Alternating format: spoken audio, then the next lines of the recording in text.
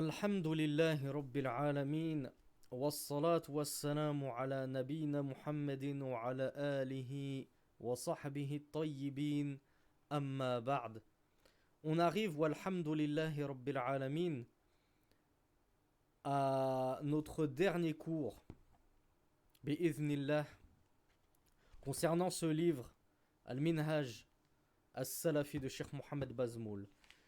Nous étions arrivés au dernier chapitre du livre qui portait sur Al-Islah, la réforme, et comment s'opère la réforme de la communauté chez les salafis, chez les gens de la sunna et du groupe. Et nous avons dit et nous avons vu que cette réforme s'opérait en plusieurs points, et nous avons détaillé le premier point, qui est le plus fondamental, bien évidemment, c'est le fait que la réforme chez les salafus salih et chez les salafis de manière générale, elle débute par l'enseignement du tawhid. Elle débute par l'enseignement de ibadatullah. Comment est-ce qu'on adore Allah? Et quelle est l'adoration la plus importante et la plus fondamentale de toutes? C'est bien évidemment le tawhid. Adorer Allah en proclamant son unicité et en mettant ceci en pratique dans notre vie de tous les jours.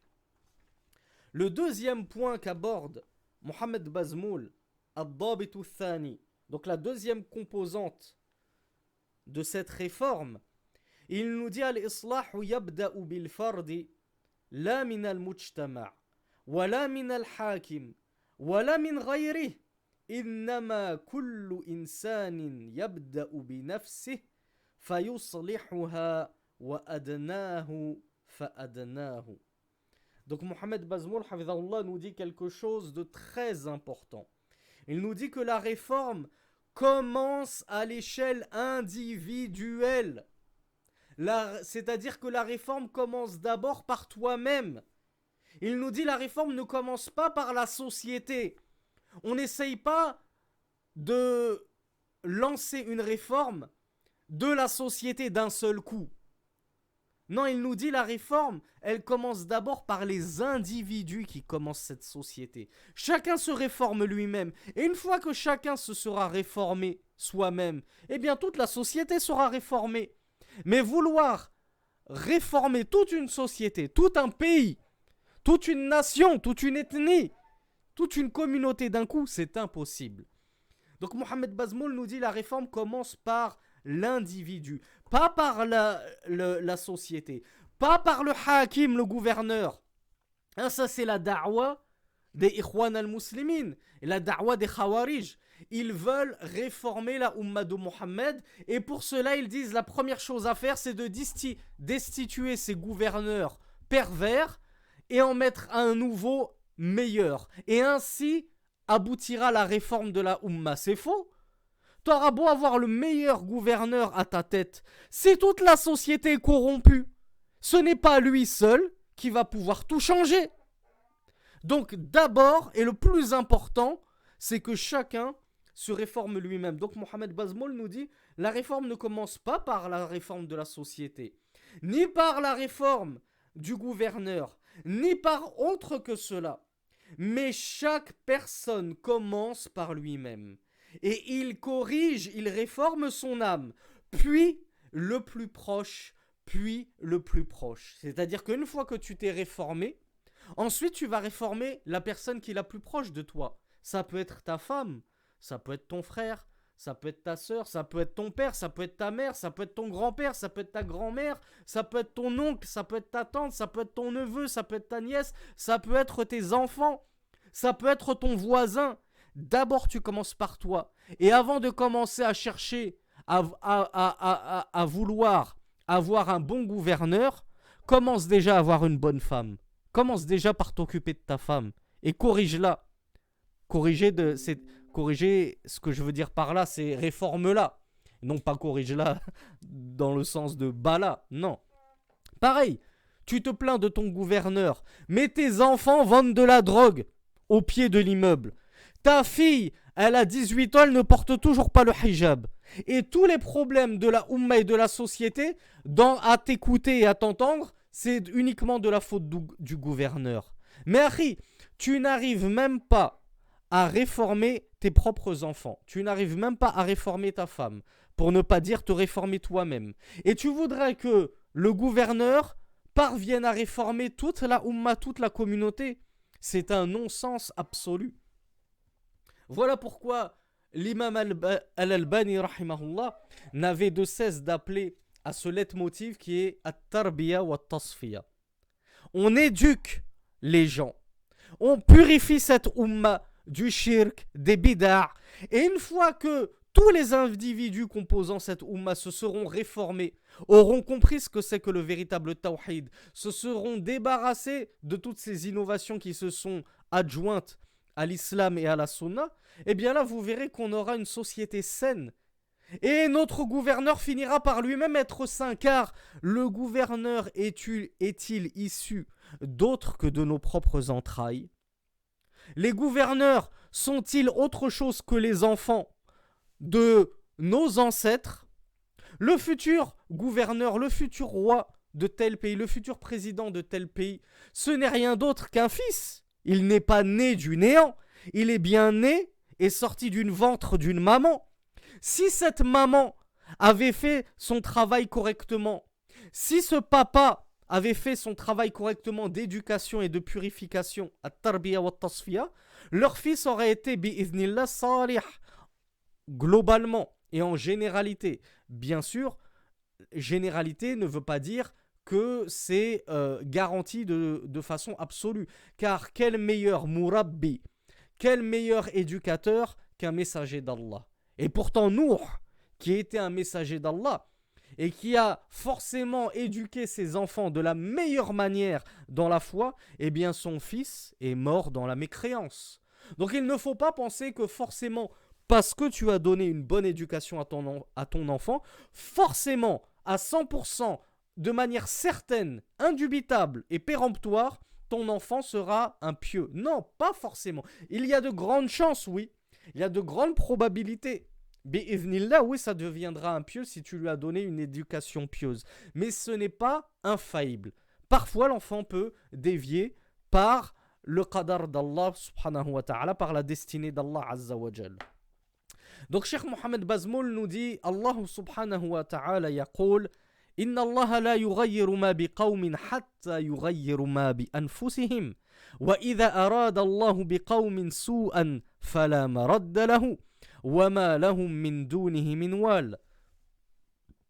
Allah Azza wa Jal nous dit dans la sourate Ar-Ra'd, le tonnerre, verset numéro 11, certes Allah ne change pas un peuple tant qu'ils n'ont pas changé ce qu'il y a en eux-mêmes.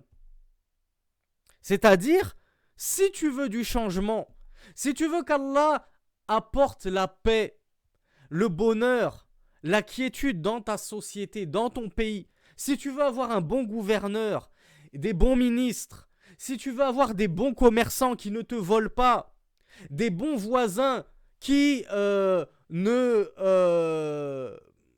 n'entachent pas ton honneur ou ne lèvent pas la main sur ta femme ou tes enfants ou sur toi-même, etc. Si tu veux vivre dans une bonne société, commence par changer toi-même. Et si tout le monde faisait comme toi, si tout le monde changeait soi-même, eh bien la société, comme on l'a dit, serait saine.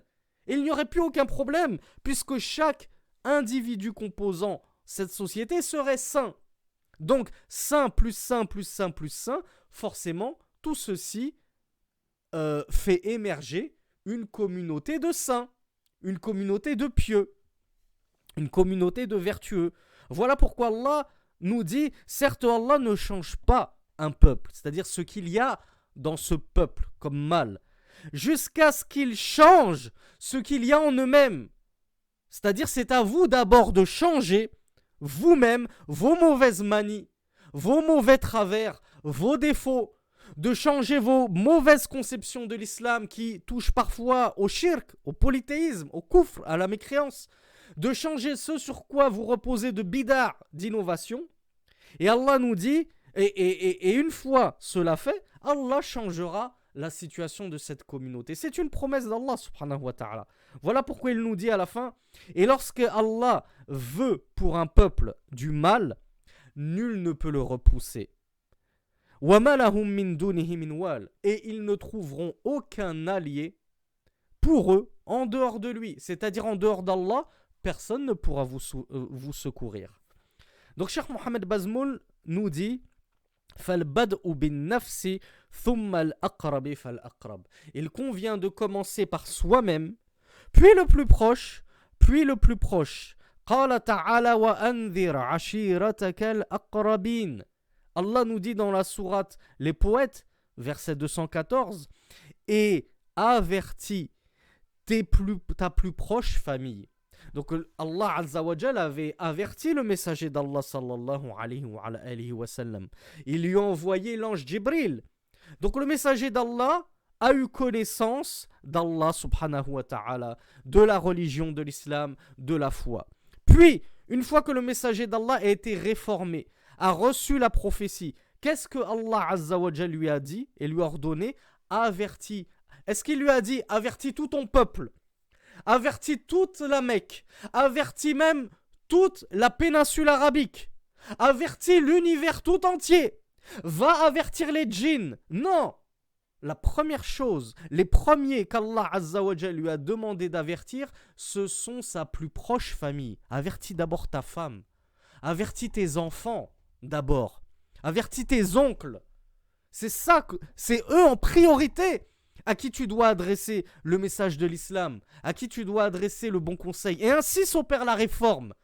On se réforme soi-même, puis sa famille, son entourage le plus proche, puis l'entourage le plus éloigné, et ainsi de suite. Et si chacun faisait ainsi, la société serait rectifiée, réformée. عن أبي هريرة رضي الله عنه قال قال رسول الله صلى الله عليه وعلى آله وسلم تصدقوا فقال رجل يا رسول الله عندي دينار قال تصدق به على نفسك قال عندي آخر قال تصدق به على زوجتك قال عندي آخر قال تصدق به على ولدك قال عندي آخر قال تصدق به على خادمك قال عندي آخر قال أنت أبصر. والحديث أخرجه الإمام النسائي وأبو داود رحمة الله عليهم. فإذا كان هذا في باب الصدقة فما بالك في أمر الإصلاح. Cheikh Mohamed Bazmoul nous rapporte le hadith d'Abi Huraira radiyallahu anhu que l'on retrouve dans les Sunan d'An-Nasai et d'Abi Daoud, où le messager d'Allah a dit faites des aumônes, tasaddaqu, donnez l'aumône. Un homme lui a dit au messager d'Allah j'ai un dinar. Le messager d'Allah lui a alors dit dépense-le sur toi-même, pour toi-même. Si tu es pauvre, comme on l'a dit dans des cours précédents, la première personne à qui tu dois faire aumône, c'est d'abord ta propre personne, c'est ta propre âme. Avant de préférer un pauvre à toi-même, préfère-toi toi-même si tu es dans la pauvreté. Donc Rasulullah a dit, donne cette aumône à toi-même en premier lieu. Cet homme lui a dit, oui mais j'ai un autre dinar. Donc je vais dépenser ce premier dinar pour moi, d'accord. Mais j'en ai un deuxième, Rasulullah, qu'est-ce que j'en fais de ce dinar? Il lui a dit, dépense-le pour ta femme. Le plus proche, puis le plus proche. Avant de vouloir mettre du pain dans la bouche de tous les pauvres de ton quartier, et qu'Allah te récompense pour cette noble intention, mets d'abord du pain dans la bouche de ta femme. Comment se fait-il que ta femme et que tes enfants meurent de faim, et que tu dilapides ton argent à tout le quartier? Est-ce donc pour te montrer? Pour qu'on dise que tu es généreux, alors que ta femme et tes enfants meurent de faim? Donc voilà comment le messager d'Allah nous a éduqués. Fais-toi miséricorde à toi-même d'abord, puis fais aumône à ta femme avant de penser aux femmes des autres. Cet homme-là lui a dit, mais j'ai encore un dinar. Rasulullah lui a dit, dépense-le pour ton enfant. Cet homme-là lui a dit, j'ai encore un dinar. Rasulullah lui a dit, dépense-le pour ton serviteur, ton domestique. Même tes serviteurs et tes domestiques qui sont à ton service doivent passer avant les autres, avant les inconnus, avant les gens qui ne sont pas proches de toi. Cet homme lui a dit, Ya Rasulallah, j'ai encore un autre dinar. Qu'est-ce que j'en fais? Qui mérite ce dinar? À qui dois-je le donner en aumône? Rasulullah lui a dit, Anta absar. C'est-à-dire, tu es plus clairvoyant que moi dans cette affaire. Vois qui le mérite le plus dans ton entourage, après avoir dépensé pour toi-même, pour ta femme, pour ton enfant et pour ton domestique. Fais-en ce que tu veux, dépense-le pour qui tu veux. Donc Mohamed Bazmoul, Hafidhahullah, nous dit, si ceci est la manière qu'il convient d'opérer et la façon dont il convient d'agir pour les aumônes, que dites-vous de la réforme? Que dites-vous de la manière d'agir dans la réforme? C'est pour une simple aumône, pour donner 1 euro.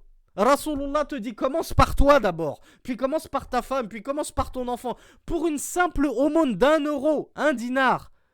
Que dire d'une réforme qui est bien plus lourde en conséquence qu'une aumône de 1 dinar? Alors d'autant plus, on doit commencer par soi-même, puis par sa femme, puis par son enfant, puis par son domestique, puis le plus proche et le plus proche et le plus proche de nous. Voilà pourquoi Mohamed Bazmoul Hafidhahullah nous dit Fatariqul Islah yabda'u bil fard. La voie de la réforme commence par l'individu. Wa salahul fardi salahul usra. Et la réforme de l'individu amènera à la réforme de la famille. Wa salahul usrati salahul hayy. Et la réforme de la famille amènera à la réforme du quartier. Si toutes les familles se réforment, eh bien c'est tout le quartier qui sera réformé, puisqu'il n'y aura plus une seule famille dans ce quartier de travers, de déviante, d'égarée. Et la salahul hayy salahul balad. Et la réforme du quartier induit la réforme de la ville. Si tous les quartiers d'une ville se réforment, eh bien c'est toute la ville qui est réformée. Wa salahul baladi salahul dawla. Et la réforme de la ville induit la réforme de tout le pays. Si toutes les villes se réforment, c'est tout le pays qui est réformé. Wa salahul dawlati salahul umma. Et la réforme du pays induit la réforme de la umma, de la communauté. Si tous les pays du monde entier, ou au moins du monde musulman, étaient réformés, eh bien toute la umma par extension serait réformée. C'est d'une logique implacable. Wa salahul ummati salahul ardi jami'an. Et si la communauté de l'islam était réformée, cela amènerait indubitablement à la réforme de la planète tout entière. Même les non-musulmans pourraient être réformés par le biais de la réforme de notre communauté. En prenant exemple sur nous. Falbad'u bin nafsi huwa al-asas. Cheikh Mohamed Bazmoul nous dit, commencer par soi-même, c'est la base. Ad-dabitu thalith. Troisième point de la réforme. Al-ilmu qabla al-qawli wal-amal. La science avant la parole et l'acte. وقد بوب البخاري رحمة الله عليه في صحيحه في كتاب العلم باب العلم قبل القول والعمل لقول الله سبحانه وتعالى فاعلم أنه لا إله إلا الله فبدأ بالعلم وأن العلماء هم ورثة الأنبياء ورثوا العلم من أخذه أخذ بحظ وافر. Alors je traduis puis je lis la suite des propos. L'imam al-Bukhari a chapitré dans son authentique, son recueil authentique de hadith, au niveau du chapitre de Al-Ilm, la science, il a donné pour titre au chapitre, Bab, chapitre, Al-Ilm qabla al-qawli wal-amal, la science avant la parole et l'acte. Et l'imam Bukhari nous dit ceci en vertu de la parole d'Allah, fa'alam annahu la ilaha illallah. Sache donc qu'il n'y a d'autre Dieu qu'Allah. Comme dans Surat Muhammad, verset 19. Donc Bukhari nous dit Fabada'a bil ilm. Allah a commencé par la science. Il a dit sache qu'il n'y a d'autre Dieu qu'Allah. Sache-le, connais-le. Sache-le, ça veut dire tu dois avoir la science de ceci. Tu dois avoir la science qu'il n'y a d'autre Dieu qu'Allah. Tu dois savoir ce qu'implique la ilaha illallah, il n'y a d'autre Dieu qu'Allah. Alors, je le redis une énième fois, bien que je l'ai déjà, ça fait 5 ans au moins que je l'explique, je pense, mais à chaque fois, il y a des frères et des sœurs qui ne comprennent pas pourquoi je traduis la ilaha illallah par il n'y a d'autre Dieu qu'Allah. Parce que ces frères et ces sœurs, ils veulent bien faire, ils ont étudié le tawhid. Donc ils sont tout contents d'avoir compris le sens de la ilaha illallah, la signification de la ilaha illallah, alors qu'ils ne l'avaient pas compris jadis, au préalable. Et donc, ils commettent tristement un excès de zèle, et ils sont un peu trop zélés là-dessus, dans cette définition de la shahada, de l'attestation de foi, et ils veulent imposer, ils ne le font pas méchamment, ils le font juste par ignorance et par excès de zèle. Donc voilà pourquoi je ne m'énerve pas contre eux. Je le rappelle à chaque fois, mais quand ça devient toutes les semaines, quand à chaque fois que j'écris une publication ou que dans un cours je dis il n'y a d'autre Dieu qu'Allah, on vient me dire « Akhi, tu t'es trompé, c'est une mauvaise traduction », au bout d'un moment ça devient lourd. Mais on patiente, on patiente comme on va le voir Inch'Allah. On patiente parce que ces gens-là ne font pas partie des gens des passions qui viennent te casser la tête par simple suivi des passions, ils le font juste comme on l'a dit par ignorance. Il y a une grande différence entre traduire et expliquer.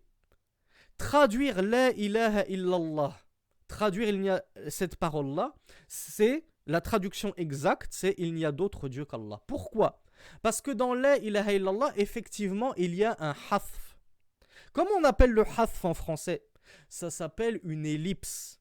Et tout l'art de la traduction et tout le brio du traducteur réside en sa capacité de transposer avec brio justement et avec habileté les figures de style du texte source vers le texte cible. Et le Coran est un miracle de langue. Et même la shahada, l'attestation de foi, en elle-même, c'est un miracle de langue. Elle a une profondeur en arabe incroyable. Parce que Allah Azza wa Jal nous dit il n'y a d'autre Dieu qu'Allah. On pourrait objecter, comment ça il n'y a d'autre Dieu qu'Allah? Ça veut dire il n'y a d'autres dieux existants, présents si ce n'est Allah, mais c'est faux. Dans chaque kanisa, comment on appelle ça, dans chaque cathédrale, dans chaque église, il y a bien des dieux. Qu'est-ce qu'un dieu? Un dieu, c'est une divinité. Qu'est-ce qu'une divinité? C'est tout être adoré. Kullu ma'boud fahuwa ilah. Un dieu, c'est synonyme d'une divinité. Et une divinité, sa définition, c'est tout ce qui est adoré. Que ce soit un arbre, que ce soit une pierre, que ce soit un prophète, que ce soit un ange, tout ce qui est adoré, ça devient un ilah. Donc Jésus, fils de Marie, est un ilah chez les chrétiens. Les chrétiens en ont fait un ilah, un dieu, une divinité. Pourquoi? Parce qu'ils l'ont adoré. La Vierge Marie elle-même, Mariam elle-même, est devenue ilahun nasara. C'est devenu l'un des nombreux dieux des chrétiens. Pourquoi? Parce qu'ils l'ont adoré. Les hindouistes ont des ilahs animales. Les vaches, ils prennent les vaches pour des déesses. Donc ils ont pris des vaches, des créatures d'Allah, des animaux, pour des divinités. Pourquoi? Parce qu'ils les adorent. Et pareil pour les arbres. Il y a des arbres qui sont des aliha, des dieux, parce que les animistes les adorent. Autour de la Kaaba, il y avait 360 aliha. Vous allez me dire, comment peux-tu prétendre que ce sont des divinités alors que l'attestation de foi, c'est la ilaha illallah. Il n'y a pas d'autre Dieu qu'Allah. Donc on ne peut pas dire que ces choses-là, ce sont des divinités. Mais c'est Allah Azza wa Jal lui-même qui les a qualifiées de divinités. Et dans un verset, Allah nous dit, ne vois-tu pas celui qui a pris pour divinité sa passion? Il a pris sa passion, ses penchants pour une divinité. Donc Allah a même nommé les passions de l'homme divinités. Pourquoi? Parce qu'on le répète et on revient dessus, une divinité c'est tout ce qui est adoré, suivi aveuglément en dehors d'Allah ou avec Allah. Le messager d'Allah lui-même a qualifié les idoles autour de la Kaaba de divinités, les divinités des polythéistes. Donc, on sait que la ilaha illallah, même en français, parce qu'il y en a qui objectent, oui, mais les Arabes, ils comprenaient de manière évidente et inhérente qu'il y avait une ellipse dans cette phrase. On leur dit, premièrement, oui, c'est vrai. Mais les Arabes de nos jours ne sont plus les Arabes du temps de Mohammed, sallallahu alayhi wa sallam. Donc si soi-disant les Arabes du temps de Mohammed comprenaient parfaitement ceci, les Arabes de nos jours ne le comprennent pas parfaitement, sinon au Maghreb il n'y aurait pas des tombeaux autour desquels circumambulent, tournent certaines personnes, puisque soi-disant les Arabes qui ont la langue arabe comprennent ce que veut dire la ilaha illallah. Donc on leur dit, puisque maintenant même les Arabes ne comprennent pas la ilaha illallah correctement, et qu'il faut leur expliquer, leur donner des cours de tawhid, et on est d'accord là-dessus, alors même les chouyours ne pourraient plus dire la simple expression la ilaha illallah, parce que soi-disant, le fait de dire il n'y a d'autre Dieu qu'Allah, ça induit des ambiguïtés. Ça va induire des incompréhensions dans les cœurs et dans les esprits des gens. Et bien de la même façon que si cette expression en français, si cette traduction en français, elle induit une ambiguïté, alors de la même façon, la formulation originelle en arabe, de nos jours, induirait des ambiguïtés. Or, c'est faux. Quel cheikh se refuse en arabe de dire la ilaha illallah?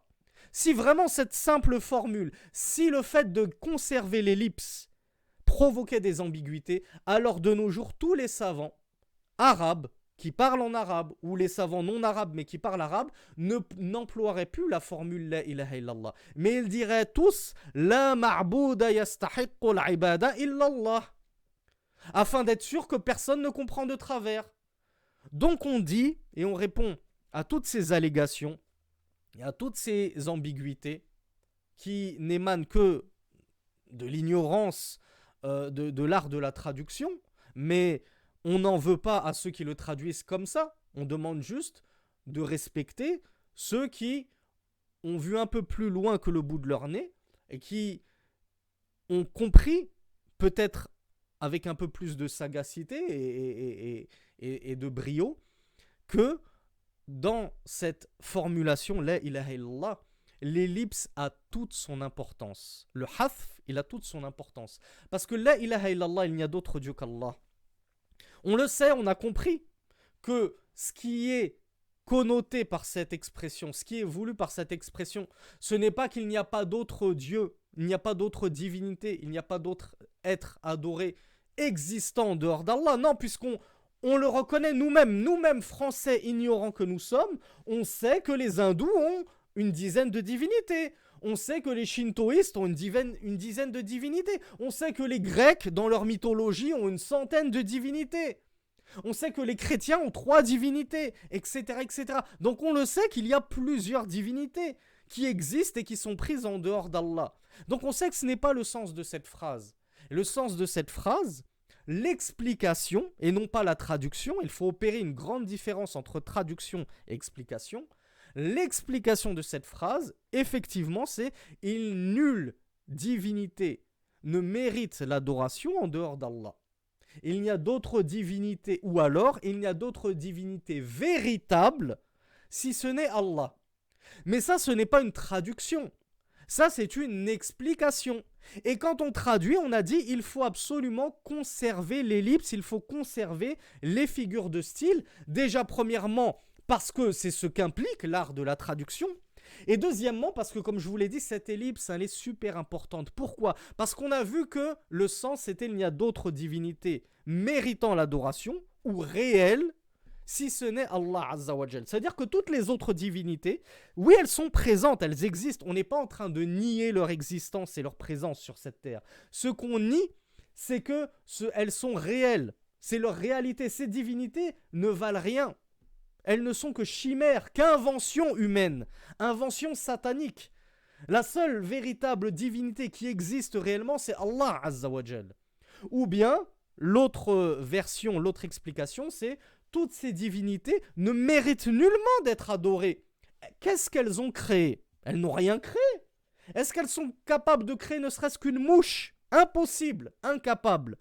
Donc ces divinités, certes, elles existent, mais elles ne méritent pas l'adoration. Le seul qui est digne d'adoration, qui est digne d'être adoré, c'est Allah. Ça, c'est l'explication. Donc, cette ellipse, lorsqu'Allah enlève la partie il bihaq, en réalité, nul dit Dieu, nulle divinité, en réalité, ou bien selon la deuxième version, on enlève yastahiqqul ibada, méritant l'adoration. Lorsqu'on enlève cette partie de la phrase, puisqu'elle est comprise, elle est logique, c'est comme si, justement, on voulait dire ces divinités, elles sont tellement caduques, elles sont tellement batila, tellement vaines, elles ne méritent tellement pas d'adoration, même pas une miette de pain qu'on leur donnerait en offrande. Elles ne méritent tellement rien, elles sont tellement caduques, elles sont vaines, que c'est comme si elles n'existaient pas. C'est comme si on faisait, j'ai oublié le mot, comme si on faisait obstruction, non, c'est pas le mot m'échappe, mais c'est comme si on les évinçait. On les rayait de l'histoire. Et donc, voilà toute la subtilité de conserver la ilaha illallah, de conserver le hath, l'ellipse, dans la langue cible, c'est-à-dire la langue française. Donc, lorsque des frères et des sœurs disent « Oui, tu as mal traduit, il faut dire « Il n'y a d'autres divinités méritant l'adoration qu'Allah », on leur dit « Mes chers frères, mes chères sœurs, vous n'avez pas traduit, vous avez expliqué. Et traduire n'est pas expliquer. Traduire est une chose, faire le tafsir en est une autre. Et là, vous avez gâché, justement, en expliquant toute la subtilité de l'ellipse, tout le poids, toute la sagesse, toute la beauté, toute la figure de style de l'ellipse. Puisque même en français, comme nous l'avons dit, l'ellipse, c'est une figure de style qui apporte de la beauté au texte, qui apporte de la puissance. C'est-à-dire que c'est un non-dit qu'on ne dit justement pas parce qu'il est tellement évident qu'il n'y a pas besoin de le dire. Il n'y a d'autres dieux qu'Allah. Oui, mais dans la synagogue, dans l'église, dans le temple bouddhiste, dans le temple hindouiste, on voit des divinités. Oui, mais il n'y a d'autres dieux qu'Allah. Ces divinités-là, elles sont tellement vaines, caduques. Elles ne méritent tellement pas d'adoration que c'est comme si tout cela, on les effaçait. On ne les voyait même plus et qu'il ne demeurait que Al-Wahidul Qahhar, le seul, celui qui a la suprématie absolue, Allah Azza wa Jal. Donc, j'espère que à partir de maintenant, je n'aurai plus en permanence des reproches. Pourquoi tu traduis comme si? Maintenant, j'espère que c'est clair et j'espère que certains frères et certaines sœurs, un peu plus habiles que moi en montage, feront un montage de cette partie de l'audio afin d'expliquer aux frères et sœurs pourquoi la véritable traduction de La ilaha illallah, c'est bel et bien il n'y a d'autre Dieu qu'Allah, et ce n'est absolument pas une erreur. Ce n'est absolument pas une erreur. C'est juste que certains le traduisent ainsi, La ilaha illallah, il n'y a d'autre Dieu qu'Allah, par simple logique et simple, inaptitude dans la traduction. Mais il y en a d'autres qui gardent malgré tout cette formule, mais selon un dessein, selon une sagesse, parce qu'ils ont compris que l'ellipse devait être gardée. Et une fois qu'on rajoute l'ellipse, on perd toute la puissance de la figure de style. Donc, on revient au propos de l'imam al-Bukhari, rahmatullahi alayhi, qui a dit « Fa'alam annahu la ilaha illallah » Allah a dit « Sache qu'il n'y a d'autre Dieu qu'Allah », c'est-à-dire tu dois avoir la science. La science doit précéder le fait que tu dises La ilaha illallah. Avant de dire La ilaha illallah, déjà sache-le. Ton cœur doit l'avoir compris, doit savoir. Et ensuite, ta langue suit le cœur. Et ensuite, tu peux agir selon La ilaha illallah. Comment agir selon La ilaha illallah? Je réserve toutes mes prières uniquement à Allah. Je réserve tous mes actes d'immolation uniquement à Allah, etc., etc., etc. Donc l'imam al-Bukhari nous a dit, Allah a commencé par la science, et les savants sont les héritiers des prophètes. Les prophètes héritent la science, ils donnent en héritage la science, et quiconque l'aura prise aura pris une part abondante. وَمَنْ سَلَكَ طَرِيقًا يَطْلُبُ بِهِ عِلْمًا سَهَّلَ اللَّهُ لَهُ طَرِيقًا إِلَى الْجَنَّةِ. Et comme on l'a vu dans les cours précédents, quiconque emprunte un chemin par lequel il cherche une science, et là ce qui est voulu c'est la science bénéfique, la science islamique, Allah lui facilitera pour cela un chemin vers le paradis. وقال جل ذكره إنما يخشى الله من عباده العلماء. Je vocalise exprès Surat Fatir, le Créateur, verset 28. Wallah Azza wa Jal nous dit ne crains Allah parmi ses serviteurs que les savants. Donc c'est-à-dire que la science est très importante, car ceux qui craignent Allah, véritablement, ce sont uniquement ceux qui ont reçu la science. Tu ne peux pas craindre Allah. Tu ne peux pas la tastati' an takhsha Allah bila ilm. Tu ne peux pas craindre Allah si tu n'as pas de science. Si tu ne sais même pas qui est Allah, de quoi est-il capable, ce qu'il a fait, ce qu'il va faire. Est-ce qu'il va te jeter au paradis ou en enfer? Si tu ne sais rien d'Allah, comment veux-tu avoir peur de lui et le craindre? On revient au verset, petite faïda, pour vous prouver l'importance de la langue arabe. C'est que innamal yakhshallaha min ibadihi al-ulama. Si on opère une simple permutation de voyelles, qu'on appelle en arabe al-haraka, et qu'au lieu de dire innama yakhshallaha, on dit innama yakhshallahu, vous voyez, le ha est devenu hu. C'est une simple voyelle. Au lieu du a, par exemple, on met un o. Pour vous donner un ordre d'idée en français. Min ibadihi al-ulama'u, on va dire al-ulama'a. Donc là, on permute encore juste une voyelle. Donc là, dans ce verset, on a permuté juste 2 lettres. C'est même pas des lettres, c'est des harakat, des voyelles. En arabe, c'est encore plus khafif, encore plus léger qu'une lettre. Parce qu'une haraka, c'est même pas une lettre. Les harakats, ce sont les traits en haut, en bas des lettres. Les dhamma, ces petites sortes de cercles que vous trouvez au-dessus des lettres. Il suffit de permuter sans faire exprès, parce que tu n'as pas lu le Coran sur un shir. Tu le lis tout seul dans ta chambre. Tu as mal appris la langue arabe et tu vas lire de travers. Et tu vas lire innama yakhshallahu min ibadihi al-ulama'a. Ce que tu es en train de dire, c'est Allah ne craint de ses serviteurs que les savants. Tu es en train de dire qu'Allah craint les savants. Allah, il a peur des savants. Alors que le verset, c'est ne craint Allah que les savants. Ce sont les savants qui craignent véritablement Allah. Il suffit de permuter dans la langue arabe des petites harakats, ces sortes de qu'on traduirait maladroitement en français par voyelles, puisque ce système de harakat n'existe pas en langue française, mais il suffit d'opérer une toute petite altération bénigne, ça semble bénin, ça semble sans gravité, sans conséquence, alors que ça a une conséquence drastique.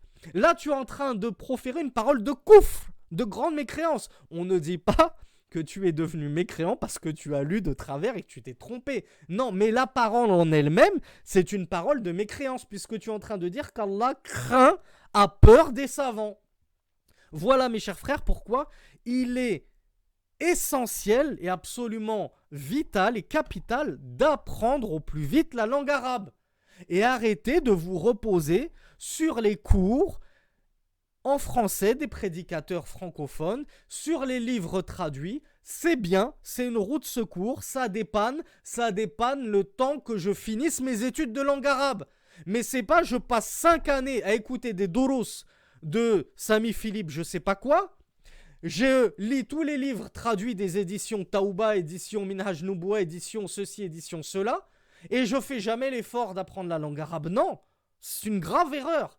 Tu te dois d'apprendre la langue arabe. Absolument. Tu ne peux pas passer outre. Tu n'auras jamais la science tant qu'il te manquera la langue arabe. Deuxième verset que nous cite à l'imam al-Bukhari, il nous dit وَقَالَ وَمَا يَعْقِلُهَا إِلَّا الْعَالِمُونَ.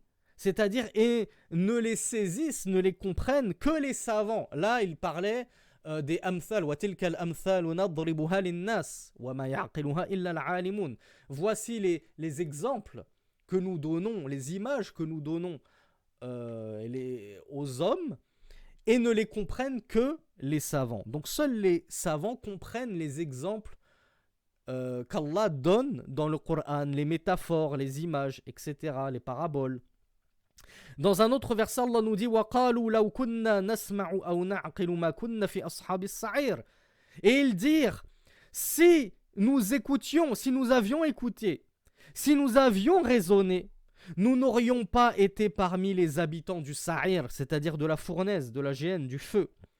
Et dans un autre verset, قال الله هل يستوي الذين يعلمون والذين لا يعلمون. Est-ce que ceux qui savent sont-ils égaux au même pied d'égalité que ceux qui ne savent pas? Donc à plusieurs reprises, Allah subhanahu wa ta'ala fait les éloges de ceux qui savent. Il fait les éloges des savants, de ceux qui apprennent la science. Et certes, les savants ne sont pas comparables aux ignorants. C'est logique, c'est évident. وقال النبي صلى الله عليه وعلى آله وسلم من يرد الله به خيرا يفقهه في الدين وقال إنما العلم بالتعلم.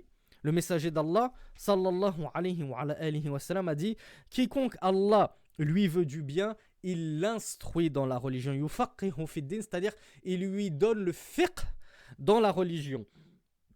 Et qu'est-ce que le fiqh?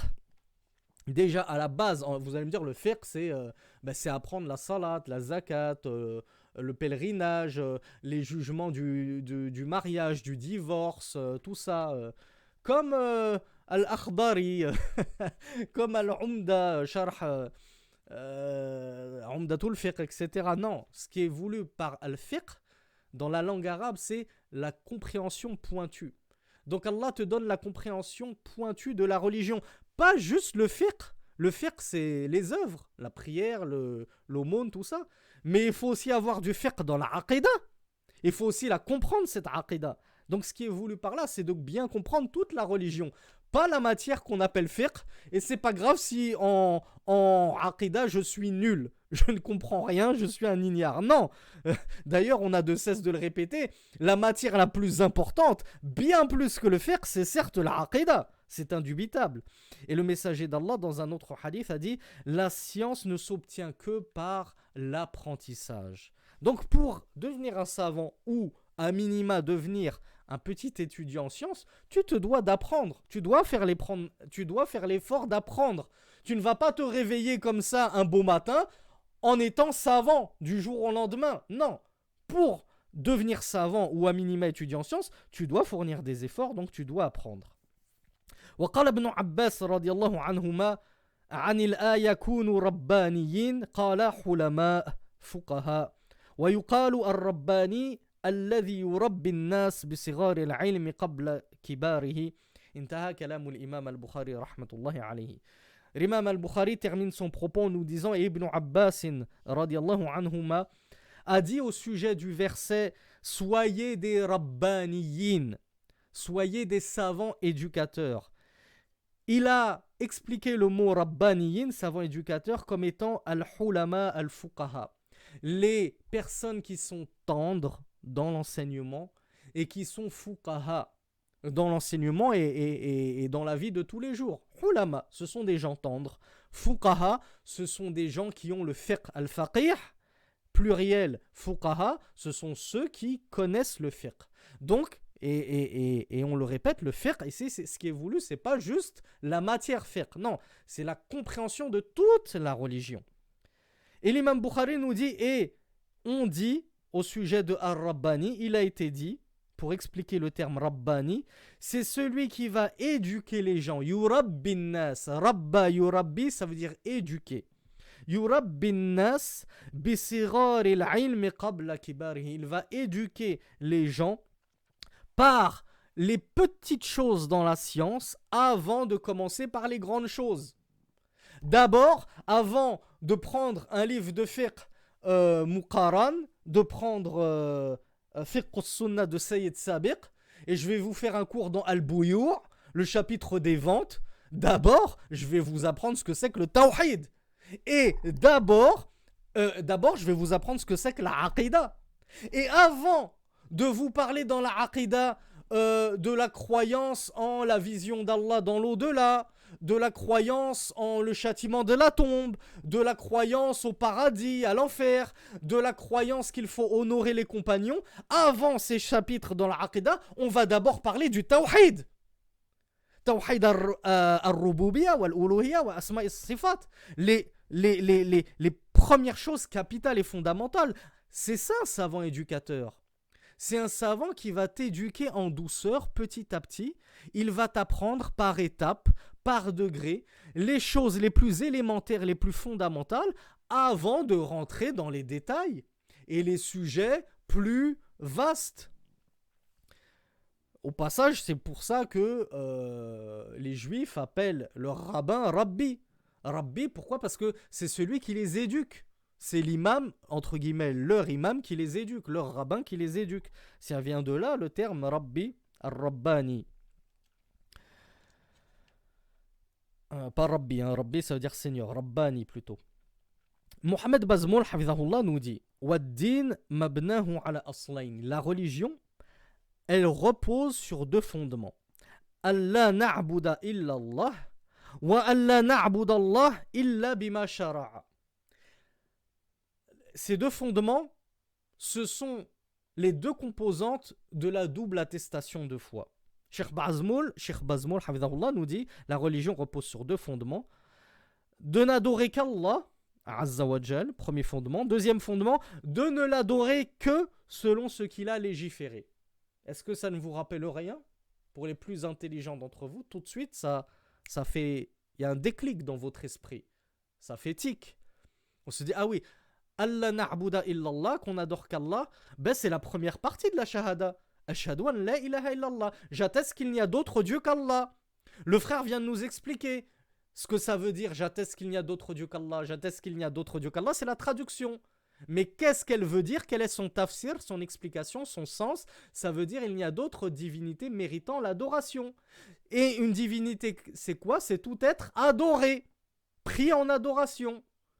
Donc, je comprends de la ilaha illallah que toute mon adoration, je ne dois l'avouer qu'à Allah Azza wa Jal.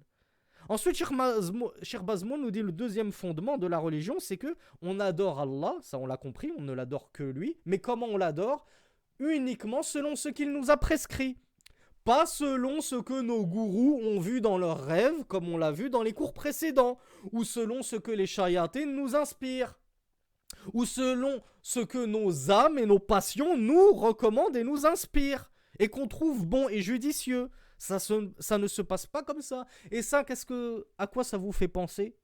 Est-ce que ça ne vous rappelle pas la deuxième partie de l'attestation de la foi? Wa ashhadu anna Muhammadan Rasulullah. Et j'atteste que Muhammad est le messager d'Allah. Qu'est-ce que ça implique? J'atteste que Muhammad est le messager d'Allah. Ça implique que puisque Muhammad est le messager d'Allah, je ne vais suivre que la législation de Muhammad. Et je ne vais prendre la religion, l'explication de la religion, les rites, les actions cultuelles de ma religion que de la part de Muhammad. Et qu'est-ce qu'a apporté Muhammad? Il a apporté Al-Qur'an wa Sunnah. Donc je ne vais prendre ma religion que de Al-Qur'an wa Sunnah. Et qu'est-ce que Al-Qur'an wa Sunnah? Shari'atullah. C'est la législation d'Allah. Voilà pourquoi Mohamed Bazmoul nous dit wa la na'budallah illa bima shara'. Nous n'adorons Allah que parce qu'il a shara', prescrit, que parce qu'il a institué en termes de sharia.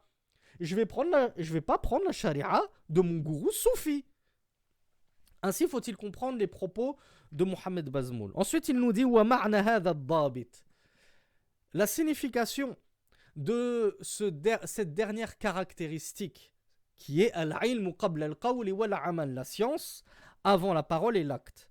Il nous dit anna ala da'iyati al-islah an yahrisa tamam al-hirs fima yaquluhu aw yaf'aluhu an yakuna fihi ala thabatin fayabni ma yasduru minhu ala yaqinin min ad-dalil. Alors, je vous le dis tout de suite, à partir de maintenant, je vais essayer d'aller très vite, déjà parce que ça fait déjà quasiment 50 minutes de cours et que j'aimerais finir le livre durant ce cours bi'idhnillah. Et parce que là, Cheikh Mohamed Bazmoul s'adresse plus aux tullab ilm, futurs prédicateurs. Il s'adresse plus aux étudiants en sciences, futurs prédicateurs. Bien sûr, parmi ce qu'on va lire, il y aura des parties qui s'adresseront à tout le monde. Comment faire da'wa, comment appeler à Allah. Tout le monde a besoin. On doit faire da'wa à notre femme, à nos enfants. En tout premier lieu, on doit se faire da'wa à soi-même. On doit faire da'wa à nos parents. Nous, les salafis, nous qui avons reçu l'insigne honneur et l'insigne grâce d'Allah, d'avoir compris correctement le minhaj, la voie d'Allah subhanahu wa ta'ala, nous devons ensuite la propager, chacun à son échelle et chacun selon son niveau de science, sans outrepasser son niveau. Mais on va aller vite parce que ça concerne principalement les tulab al-ilm, mais quand même vous en tirerez bi'idhnillah une faïda, un profit, même si vous n'êtes pas tulab al-ilm, car vous serez concerné à moindre échelle par ces propos-là. Donc Mohamed Bazmoul nous dit le sens de cette caractéristique de la réforme, qui est la science avant la parole et l'acte, c'est que celui qui va appeler à la réforme, celui qui va procéder à la réforme, Da'iyatul Islah, le prédicateur qui va appeler à la réforme, il convient qu'il s'astreigne le plus possible dans ce qu'il dit ou ce qu'il fait à se baser sur une preuve et un argument. Le prédicateur ne peut pas appeler selon l'ignorance, selon al-dhann, la pensée, l'opinion, le je pense que, il me semble que non. Dès que tu fais da'wa, ta da'wa elle doit être bâtie sur al-hujjah, al-bayyinah, al-dalil, la preuve, l'argument. C'est pour ça que Mohamed Bazmoul nous dit yanbaghi an yakuna fihi yani fi da'watihi ala thabatin. Il doit reposer sur la preuve et l'argument. Et il va construire tout ce qui va sortir, tout ce qui va émaner de lui en termes de parole ou d'agissement selon la certitude du dalil, la certitude de la preuve. Si tu n'es pas certain dans ce que tu vas avancer en termes de parole ou d'acte dans ta da'wa, alors abstiens-toi de le dire et de le faire. N'agis et ne parle que lorsque tu es sûr que tu es à la bayyina, que tu es sur une preuve émanant du Coran et de la Sunna. فلا يسلك مسلكا يزعم أنه طريق للإصلاح إلا وهو يعلم أنه مما شرعه الله تعالى فلا يخالف فيه السنة. Il ne va pas emprunter un chemin, le prédicateur qui appelle à la réforme. Et ça peut être toi, mon frère, ça peut être toi, ma sœur, à ta modeste échelle, tu vas appeler ta famille à la réforme, à se réformer, à réformer leurs croyances, à réformer leurs pratiques religieuses.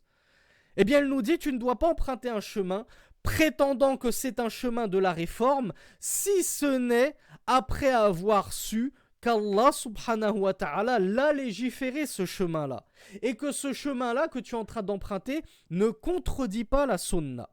Il nous dit فلا يقف على المنابر يتكلم على ولاة الأمور زاعما أن هذا إصلاح لأن هذا خلاف ما أمرنا به الرسول. Il nous dit la personne ne va pas se dresser sur le mimbar, monter sur le mimbar et commencer à parler contre les gouverneurs, contre les détenteurs de l'autorité, prétendant que ceci est réformer la communauté. Moi, je vais parler du prince Salman. Moi, je vais parler du roi du Maroc sur le mimbar. Et je dis, moi, je suis en train de réformer nos gouverneurs. Je suis en train de réformer ma umma. Je suis en train de pointer du doigt tous les défauts des gouverneurs. Cheikh Mohamed Bazmoul nous dit, ceci n'est pas du tout de la réforme. Pourquoi ? Car ceci est le contraire de ce que nous a ordonné le messager d'Allah, sallallahu alayhi wa sallam. Et on vous renvoie pour cela, je crois que c'était le 3e ou 4e cours de cette playlist. عن عياض بن غنم عن رسول الله صلى الله عليه وعلى آله وسلم قال من أراد أن ينصح لذي سلطان فلا يبده علانية ولكن يأخذ بيده فيخلو به فإن قبل منه فذاك وإلا كان قد أدى عليه وإلا كان قد أدى الذي عليه والحديث أخرجه الإمام أحمد. Le messager d'Allah sallallahu alayhi wa sallam, dans un hadith rapporté dans le Musnad de l'imam Ahmed, a dit « Quiconque veut conseiller un détenteur du pouvoir, un détenteur de l'autorité, ton roi, ton président, un ministre, etc., etc., qu'il ne le fasse pas publiquement, alaniyatan. Tu vas pas conseiller ton roi, comme on le dit, pardonnez-moi l'expression, en l'affichant publiquement. Mais il nous dit, mais qu'il le prenne par la main et qu'il s'isole avec lui. Si il accepte de lui. C'est-à-dire que ce détenteur de l'autorité va accepter de toi le bon conseil que tu lui auras donné pour le réformer, pour l'amener à la réforme. Fadaka, tu auras tout gagné et tu te seras acquitté de ton devoir de bon conseiller. Alhamdulillah, on espère que par ta cause, toute la société se réformera avec la réforme du gouverneur. Mais Rasulullah nous dit wa illa, mais si il n'accepte pas ton conseil, alors tu te seras certes chargé et acquitté de ce qu'il t'incombait. Ce qu'il t'incombait, c'était juste de prodiguer le conseil à ce gouverneur, à ce détenteur de l'autorité. Il ne t'incombe pas d'essayer de prendre l'épée pour le poignarder ou etc. etc. Il ne t'incombe pas de suivre la voie des Khawarij. Tu le conseilles en privé et non pas en public. ولا يستعمل فيما يسعى إليه من الإصلاح طريق المظاهرات لأنه ليس من سنة الرسول ولا من سنة السلف الصالح وهكذا لا يقول ولا يعمل إلا بعلم فالعلم قبل القول والعمل.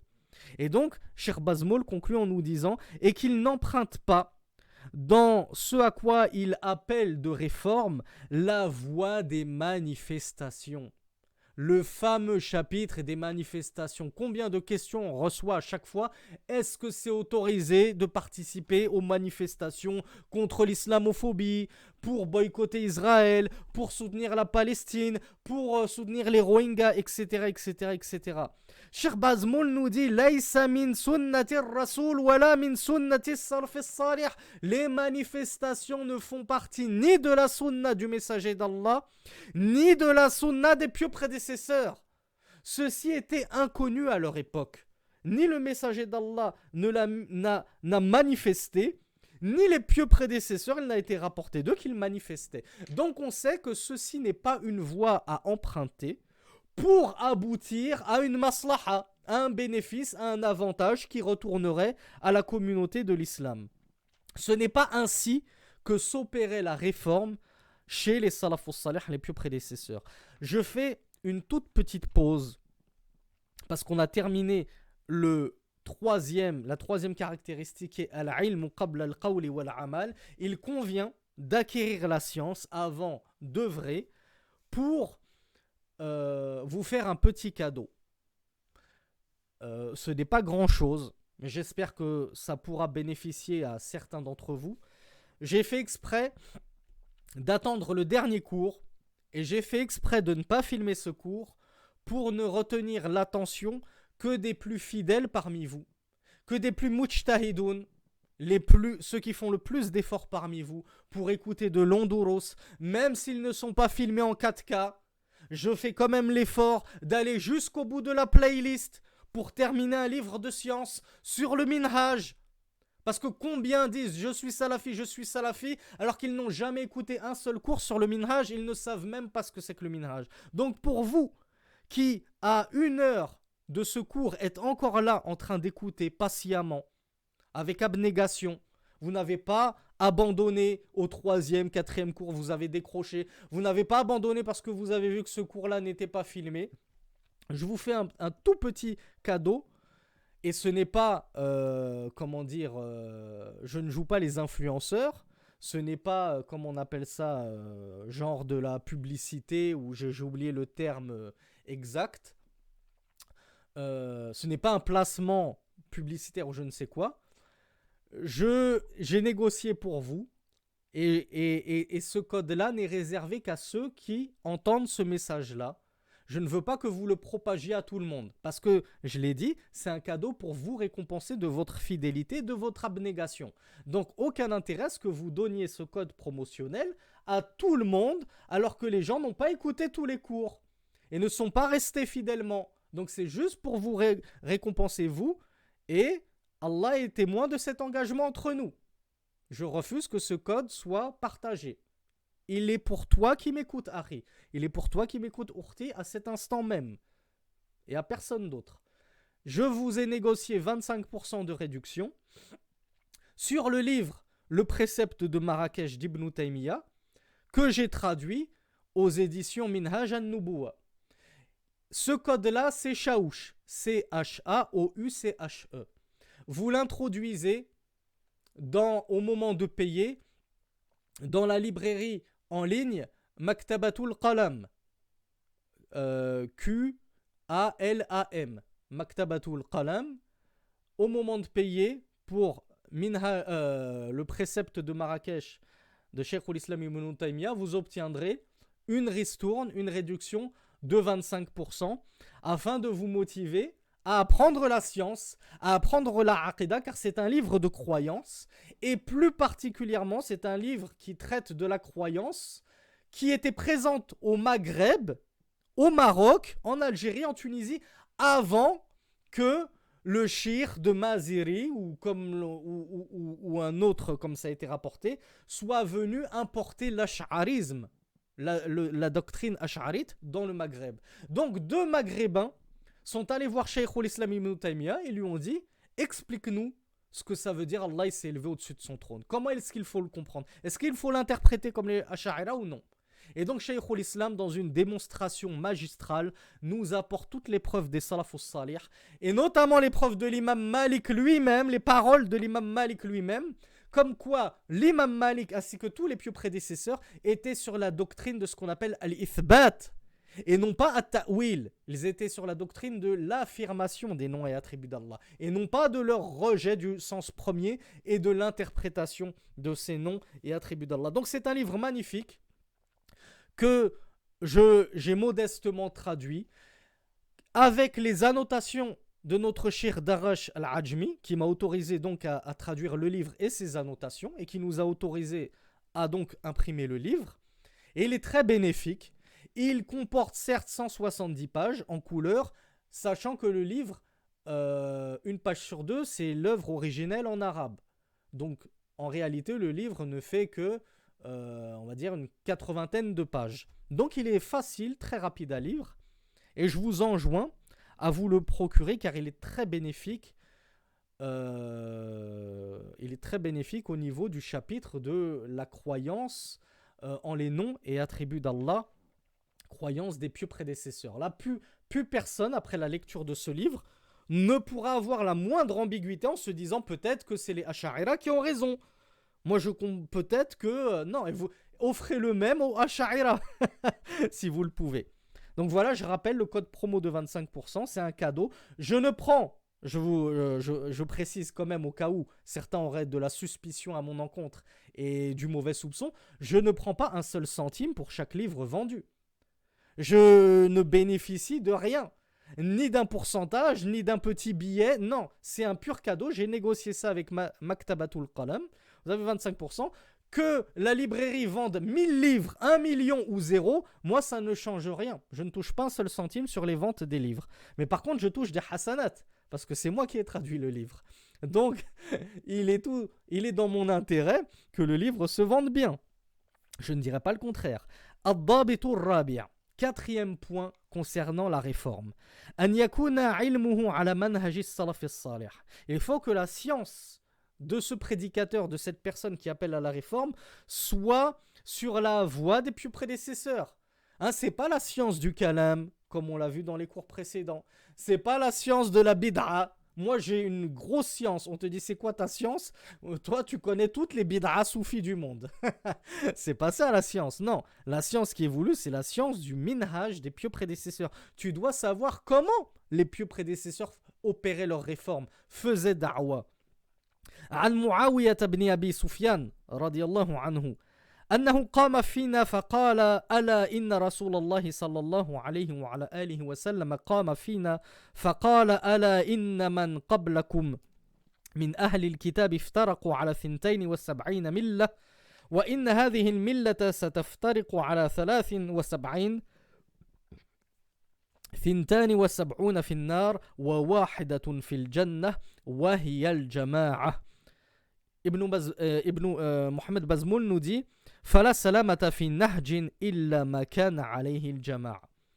Donc Muawiyah radiallahu anhu s'était tenu debout et avait dit, n'est-il pas que le messager d'Allah s'est tenu debout auprès de nous et a dit, n'est-il pas que ceux avant vous parmi les gens du livre se sont divisés en 72 sectes, et certes cette religion se divise, c'est-à-dire l'islam et la communauté de l'islam, se divisera en 73 sectes ou groupes, 72 étant dans le feu et un seul au paradis. Et c'est Al-Jama'a. Et c'est le groupe, c'est-à-dire Ahlus Sunnah wal Jama'a, Ahlul Hadith. Ce sont eux qui iront au paradis. Alors, petit aparté, très rapide, pour expliquer ce hadith très rapidement. Sheikh Fawzan l'a expliqué très rapidement et il a dit il ne faut pas comprendre que ces 73 sectes de l'islam, parmi ces 73, 72 sont des kuffars et il y en a une, c'est des mu'minoun qui vont aller au paradis. Et tous les 72 vont au feu parce qu'elles sont kuffars. Non, ce ne sont pas forcément des kuffars, mais ce sont des munharifoun. Ce sont des déviants qui ont dévié du chemin tracé par le messager d'Allah. Donc, ils iront dans le feu pour expier leurs fautes, bimashi atillah, selon la volonté d'Allah.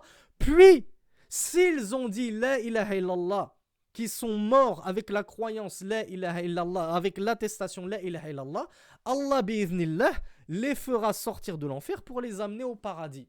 Donc ce ne sont pas comme les koufars qui eux n'ont jamais dit la ilaha illallah et qui résideront éternellement en enfer. Voilà comment il faut comprendre ce verset. Par contre, ceux al-jama'a, ceux qui sont ce sur quoi était le messager d'Allah, fidèlement, eux, inshallah, ne goûteront pas au châtiment de l'enfer, ils rentreront directement au paradis, bi'idhnillah. Cheikh Mohamed Bazmoul nous dit, il n'y a donc il n'y a donc aucun abri si ce n'est en empruntant la voie de la jama'a, la voie du groupe. Wahada, aucun abri contre le feu, ce qui est sous-entendu. Wahada sabilul mu'minin, wa man yushaqiqir rasul, min ba'di ma tabayyana lahu al-huda wa yattabi' ghayra sabilil mu'minin nuwallihi ma tawalla wa nuslihi jahannama wa sa'at masira. Mohamed Bazmoul nous dit, et ceci, cette voie, c'est le chemin des croyants, comme on l'a détaillé dans les cours précédents. Allah Azza wa Jal nous dit, et celui qui fait scission d'avec le messager, après que lui soit apparu la guidée, et qu'il suit un autre chemin que le chemin des croyants, nous l'astreindrons à ce à quoi il s'est allié, et nous le brûlerons dans la géhenne, et quelle mauvaise demeure.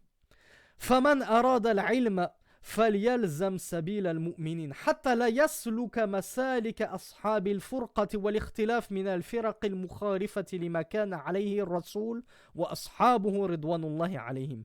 Celui qui souhaite la science, celui qui veut la science, qu'il s'accroche au chemin des croyants, afin qu'il n'emprunte pas les chemins de ceux qui ont fait scission, de ceux qui ont divergé parmi les diverses sectes qui se sont éloignées de ceux et qui ont contredit et se sont opposés à ce sur quoi était le messager d'Allah et les compagnons. C'est-à-dire, n'empruntez pas le chemin n'empruntez pas d'autres chemins que la salafia. N'empruntez pas un autre chemin que le chemin des salafus salih, qui est la salafia. هذه هي ضوابط الإصلاح التي إذا خالفها من ادعى الإصلاح إنما كان من المفسدين وإذا قيل لهم لا تفسدوا في الأرض قالوا إنما نحن مصلحون ألا إنهم هم المفسدون ولكن لا يشعرون.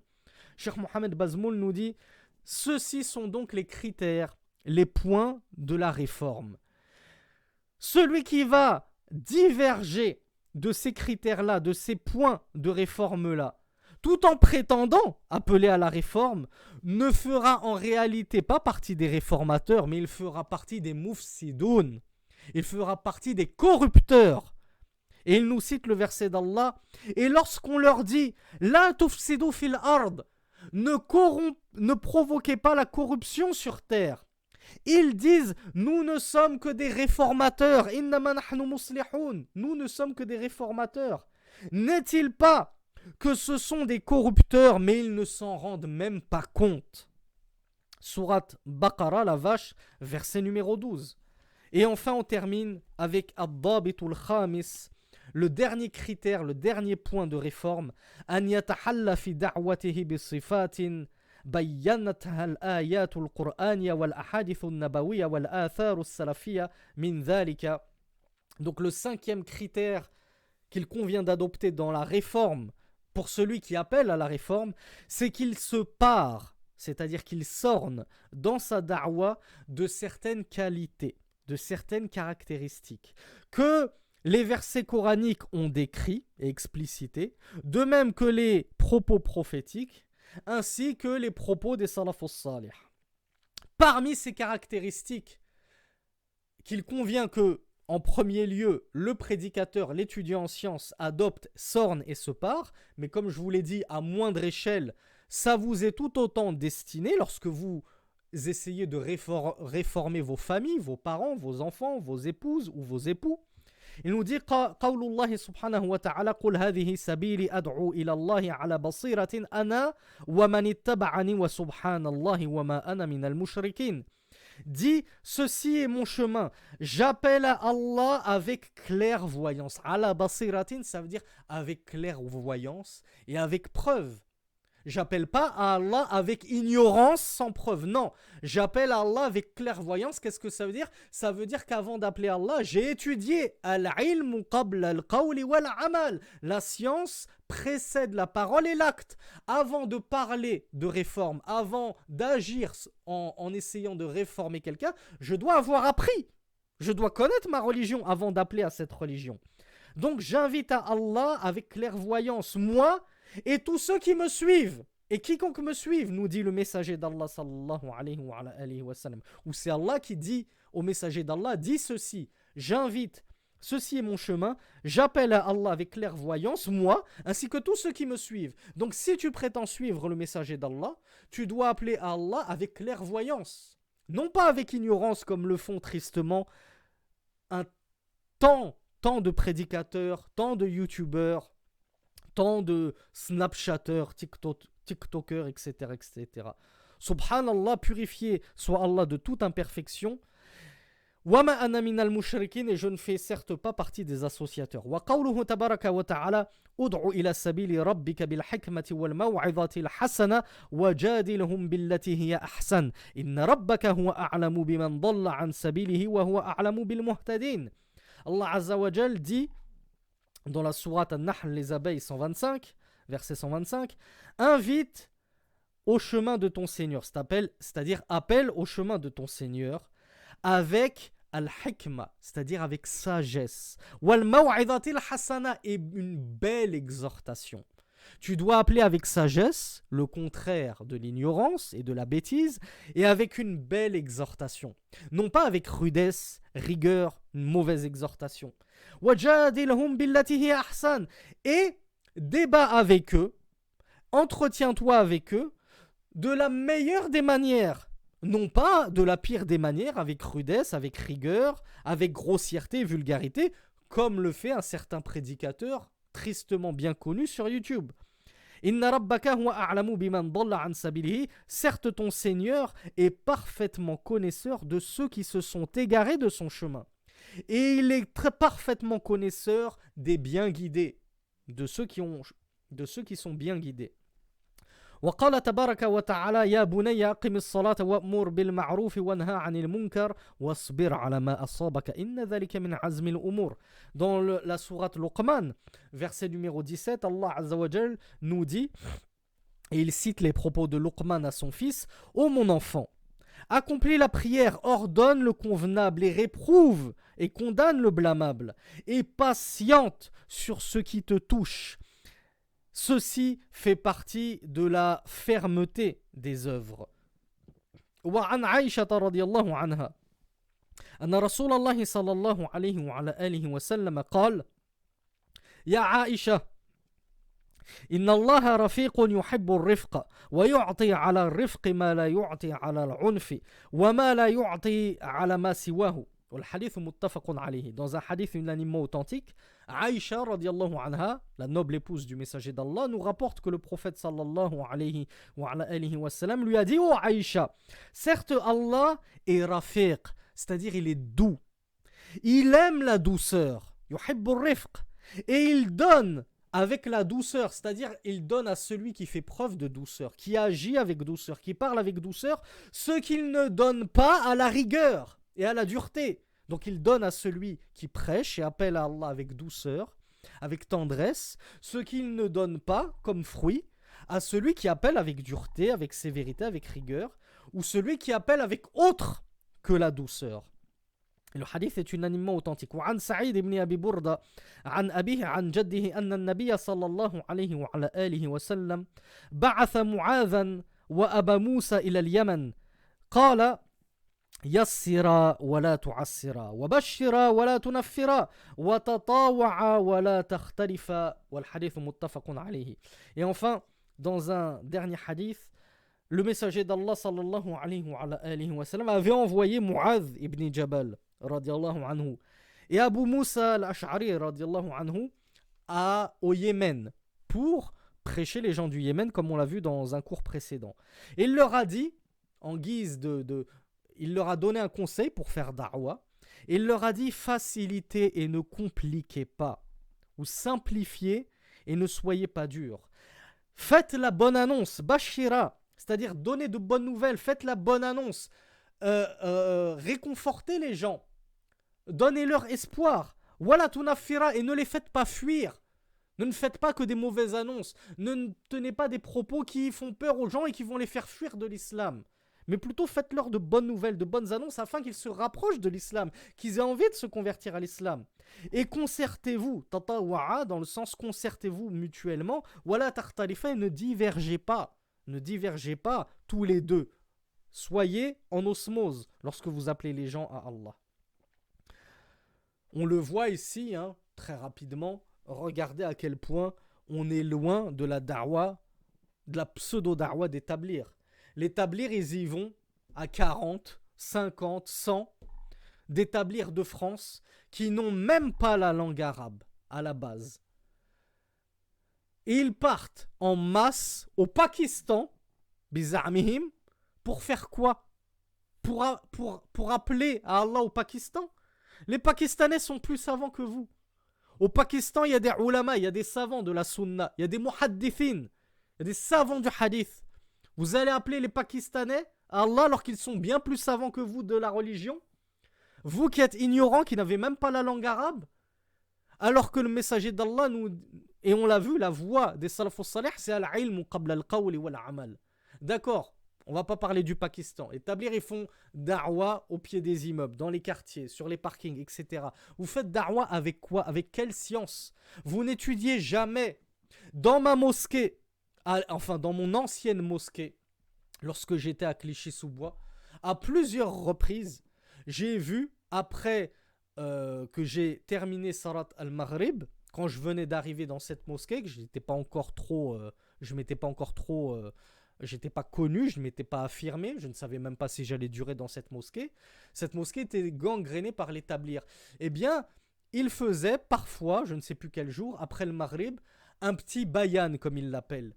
Et leur bayan, je l'ai écouté à plusieurs reprises pour voir le contenu de leurs paroles. Ils ne se basent que sur des choses que même des enfants de 5 ans connaissent. Allah, c'est celui qui a tout créé. Allah, c'est celui qui a créé les plantes. Allah, c'est celui qui a créé la terre. Il faut être gentil avec ses parents. Et blablabla, et blablabla. Jamais il n'explique aux gens ce que c'est que... Je ne les ai jamais entendus, et j'en ai assisté à beaucoup de ces assises. Je n'ai jamais entendu une seule fois un enseignement sur Tawhid al-Uluhiyya, sur ne serait-ce que le sens de la ilaha illallah, sur l'enseignement de la prière, de la zakat, des fondamentaux, rien. Leur da'wa est vide. Et c'est un disque rayé qui tourne en boucle. Et ensuite, à la fin, ils disent « Manil musta'id, hayya nakhruj fi sabilillah ». Allez, venez, on va partir fi sabilillah biza'mihim, sur le sentier d'Allah. On va partir. Vous partez prêcher qui? Prêcher quoi? Avec quoi? Quelle science? Vous n'étudiez pas. Vous avez zéro connaissance. Vous ne savez pas comment prêcher. À quoi appeler? Puisque comme on l'a vu, la première chose à laquelle il faut appeler, c'est at-tawhid. Vous allez voir les gens dans la rue, ils sont noyés dans les innovations, noyés dans le shirk. Il y a des gens avec des mains de Fatma tatouées sur leurs bras et tu leur parles de il faut pas cracher par terre, il faut être gentil avec ton papa, faut faire ta prière à son heure. Regardez, maintenant qu'on a étudié comment était la voie des salafus salih, regardez comme l'établir sont loin. Et après, ils pensent être ahlul islah, les gens de la réforme. Non.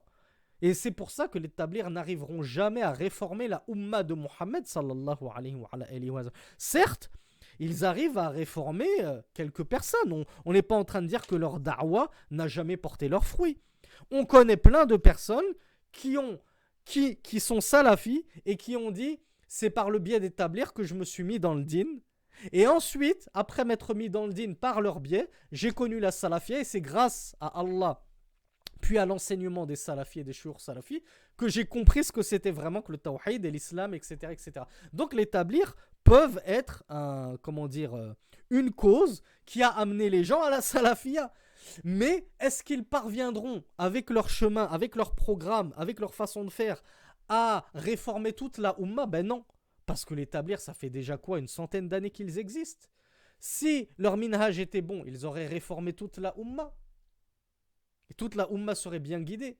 Mais les tablighs, et en plus, à la base, c'est un mouvement soufi. Donc, le peu de science qu'ils ont, c'est de la science soufisée. Donc, il faut absolument s'éloigner de ce mouvement. On ne le cessera de le répéter. La seule réforme de la Ummah ne pourra s'opérer que via la conduite des pieux prédécesseurs, en empruntant la voie des pieux prédécesseurs. Et Cheikh Mohamed Bazmoul nous dit وَيَتَحَصَّلُ مِنَ النُّصُوصِ أَنَّ الصِّفَاتِ الْأَسَاسِيَةِ لِلدَّاعِيَةِ هِيَ. Il apparaît de tous ces textes que nous venons d'énumérer que les caractéristiques primordiales de celui qui appelle à Allah, le prédicateur, sont ainsi. As-sifatul ula, la première caractéristique, al-ilm wal-fiqh lima yad'u ilayhi. Il doit avoir la science et le fiqh, donc la connaissance précise de ce à quoi il appelle. Et non pas comme les tablighs, justement, qui partent appeler alors qu'ils n'ont ni science ni fiqh. Ils appellent avec de l'ignorance. Et ils racontent n'importe quoi sur Allah. Et ils sont pleins de fables et de mythologie, héritées de leur shuyukh soufi. Deuxième caractéristique, ar-rifqu athna'i da'watihi wa amrihi wa nahyihi. La deuxième caractéristique dont tu dois te parer lorsque tu appelles à Allah, c'est la douceur dans ta da'wa. Et lorsque tu ordonnes et lorsque tu interdis, même lorsque tu interdis quelque chose, même à ton échelle, ya akhi ya ukhti, lorsque tu interdis quelque chose à ton père, à ta mère, à ta femme, à ton mari, à ton enfant, à ton oncle, à ton cousin, à ton voisin, fais-le avec douceur, comme on vient de le voir dans le hadith du messager d'Allah.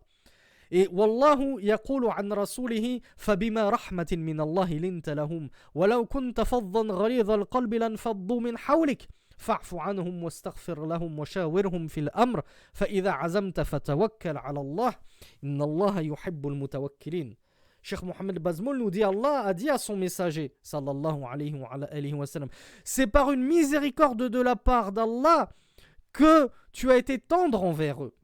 Et si tu étais quelqu'un de rustre, de dur, de grossier, le cœur dur et rustre, ils auraient fui de ton environnement. C'est-à-dire, ils t'auraient fui. Pardonne donc, pardonne-leur. Demande pardon pour eux. Et concerte-les dans l'affaire. C'est-à-dire dans les choses, dans les affaires. Et lorsque tu décides d'une chose, alors remets-toi-en à Allah. Et certes, Allah aime ceux qui s'en remettent, c'est-à-dire qui s'en remettent à lui. As-sifatu thalitha, la troisième caractéristique, al-hilmu ba'da da'watihi. Fala yata'ajjal wa la yaghdab wa yakdhimu al-ghayz. Troisième caractéristique, c'est qu'après avoir fait da'wa, après avoir prêché et appelé à Allah, tu dois faire preuve de tendresse. Et tu ne dois pas te précipiter et t'énerver. Parce que, par exemple, ta da'wa n'a pas été acceptée. Tu dois contenir ta rage et ta colère.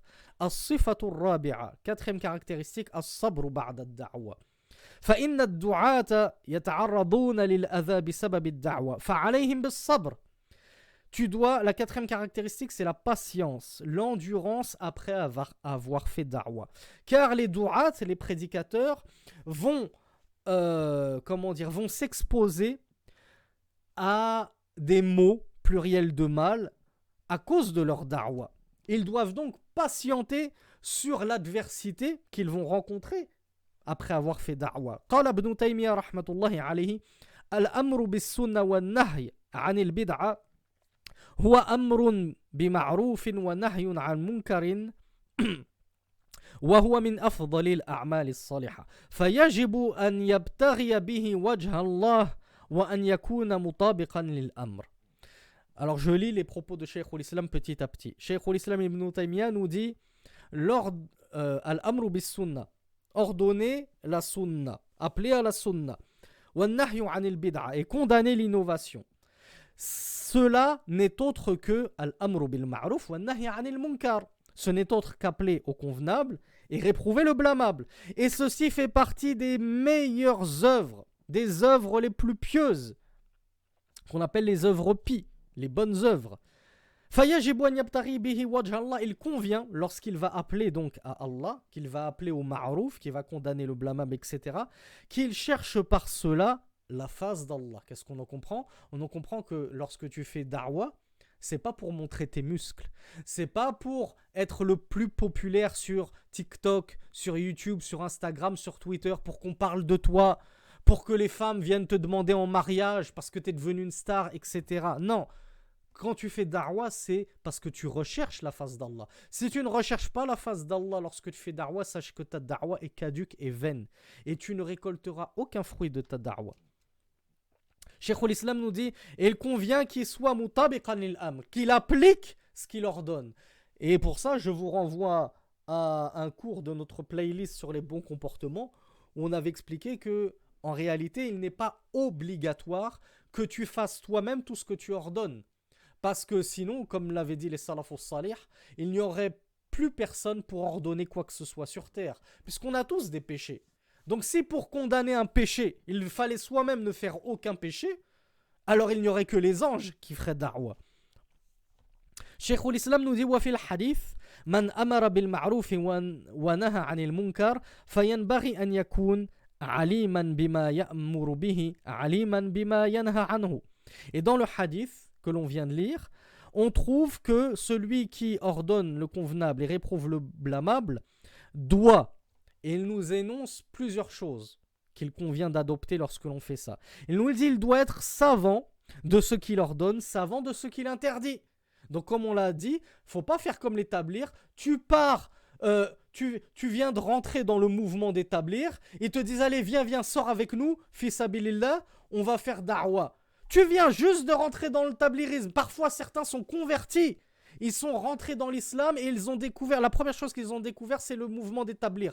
Il connaît rien d'Allah, de Rasulullah. On lui dit, viens, il faut que tu fasses da'wa, il faut que tu appelles. Akhi, d'abord, al-ilm qabla al-qawli wal-amal. Tu dois savoir avant de parler et agir. Donc, Cheikh al-Islam nous dit, quand tu appelles à quelque chose, tu dois savoir ce à quoi tu appelles, tu dois connaître. Lorsque tu appelles à la prière, tu dois connaître la prière. C'est pas toi-même, tu sais même pas faire la prière et tu dis à ton enfant prie. Il va te dire bah oui mais papa je veux bien prier mais comment je prie? Et tu vas lui répondre quoi si toi-même tu ne sais même pas prier? Donc tu dois avoir la science de ce à quoi tu appelles et tu dois avoir la science de ce que tu interdis. Tu vas aller voir quelqu'un et tu vas lui dire yo akhi le coca c'est interdit. Il va te dire mais pourquoi c'est interdit? Bah, toi tu vas lui dire parce que quand on boit trop de coca ça fait mal au ventre. Et donc c'est nuisible, et tout ce qui est nuisible, ben, c'est interdit. Donc là, tu es en train d'appeler Allah et interdire aux gens des choses sans science, avec ton ignorance.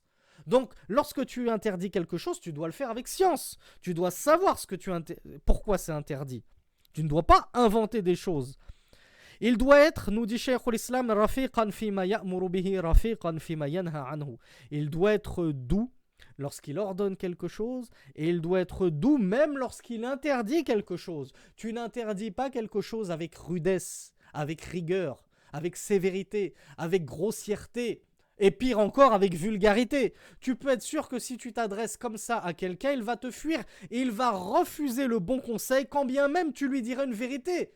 Tu lui dirais ne fume pas, c'est une vérité, ne fume pas, c'est interdit, certes. Mais si tu lui dis avec le plus grand des mépris, ou tu dis à une sœur, porte le djilbab, qu'est-ce que c'est que cette tenue? Regarde comment t'es habillé, on voit plus tes formes que ton vêtement ne cache. Tu peux être sûr que si tu lui fais da'wa comme ça, elle ne va jamais avoir envie de porter le djilbab. Mais si tu lui dis avec douceur, avec gentillesse, avec sagesse, il se peut que par ta cause, Allah finisse par la guider au djilbab. Cheikh al-Islam nous dit haliman fima ya'muru bihi, haliman fima yanha anhu. Il doit être tendre dans ce qu'il ordonne et tendre aussi dans ce qu'il interdit. Fal ilmu qabla al-amr. La science doit précéder l'ordonnance du verbe ordonner. وَالرِّفْقُ مَعَ الْأَمْرِ. Et la tendresse, la douceur, doit accompagner l'ordonnance. وَالْحِلْمُ بَعْدَ الْأَمْرِ. Et la tendresse doit suivre l'ordonnance. فَإِنْ لَمْ يَكُنْ عَالِمًا لَمْ يَكُنْ لَهُ أَنْ يَقْفُوَ مَا لَيْسَ لَهُ بِهِ عِلْمٍ. Et s'il n'est pas savant, qu'est-ce qu'il doit faire? Il fait quand même da'wa, comme l'établir? Non. Cheikh al-Islam nous dit, s'il ne sait pas qu'il n'est pas savant, alors qu'il ne commence pas à courir derrière ce dont il n'a nulle connaissance. وَإِنْ كَانَ عَالِمًا وَلَمْ يَكُنْ رَفِيقًا كَانَ كَالطَّبِيبِ الَّذِي لَا رِفْقَ فِيهِ فَيَغْلُظُ عَلَى الْمَرِيضِ فَلَا يُقْبَلُ مِنْهُ وَكَالْمُؤَدِّبِ الْغَلِيظِ الَّذِي لَا يَقْبَلُ مِنْهُ الْوَلَدِ. وقد قال تعالى لموسى وهارون فقولا له قولا لينا لعله يتذكر أو يخشى. Cheikh al-Islam nous dit, si il est savant, mais par contre qu'il n'est pas doux, il n'a pas de rifq, il n'a pas de douceur dans sa façon de faire da'wa, alors il sera comme le médecin qui n'a aucune douceur et qui va faire preuve de sévérité à l'encontre de son malade. Et alors son malade ne va pas accepter son ordonnance, puisque le médecin l'a agressé, il a été dur avec lui. Le médecin va dire, moi je ne vais pas suivre les conseils de ce tabib. Il nous dit comme l'éducateur, qui est dur, qui est rigoriste. L'enfant ne va pas accepter cette éducation basée sur la rigueur, mais l'enfant va fuir d'un tel mu'allim, d'un tel professeur, d'un tel éducateur. Il nous dit, et Allah Azza wa Jal a dit à Moussa et Haroun, les deux frères messagers d'Allah, que la paix d'Allah soit sur eux, et dites-lui, en parlant de Pharaon, dites-lui, ô Moussa et Haroun, dites à Pharaon, dites-lui une parole tendre, peut-être se rappellera-t-il ou craindra-t-il. Subhanallah. Connaissez-vous après Iblis, Satan, le lapidé, pire orgueilleux que Pharaon, le Pharaon du temps de Moussa? Et pourtant, malgré sa transgression incroyable, inouïe, on n'avait encore jamais vu pareille transgression. Signe après signe, il transgressait. Allah n'a pas dit à Moussa et à Haroun, faites-lui da'wa avec fermeté, rigueur, criez-lui dessus, rabaissez-le, méprisez-le, ce kafir, ce mécréant, cet ennemi d'Allah. Non, Allah leur a dit, à l'encontre, à l'endroit de ce Pharaon, ce mécréant, cet opiniâtre, qui jusqu'à son dernier souffle a refusé de croire en Allah subhanahu wa ta'ala, jusqu'à ce que, comme nous le disent dans le hadith rapporté du messager d'Allah sallallahu alayhi wa sallam, Jibril a mis de la terre dans sa bouche lorsqu'il était en train de se noyer, parce qu'il était en train de dire « J'ai cru maintenant en celui en qui ont cru les Banu Israël ». Il était tellement orgueilleux qu'il n'a même pas voulu dire « J'ai cru en Allah ». C'est « J'ai cru en celui en qui les Banu Israël ont cru ». Alors, il a été rapporté dans un hadith que Jibril lui aurait mis de la terre dans la bouche. Allahu a'lam. Allah est plus savant de l'authenticité de ce hadith, si c'est une israéliyate ou pas. Ne le prenez pas pour argent comptant. Quoi qu'il en soit, à cette personne-là, Allah leur a dit, dites-lui des propos tendres, des propos doux.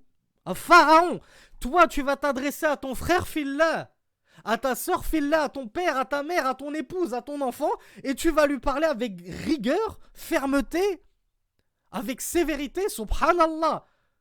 Alors qu'à Pharaon, Allah a ordonné Moussa et Haroun de lui parler avec tendresse. Peut-être acceptera-t-il le message. Peut-être finira-t-il par craindre Allah.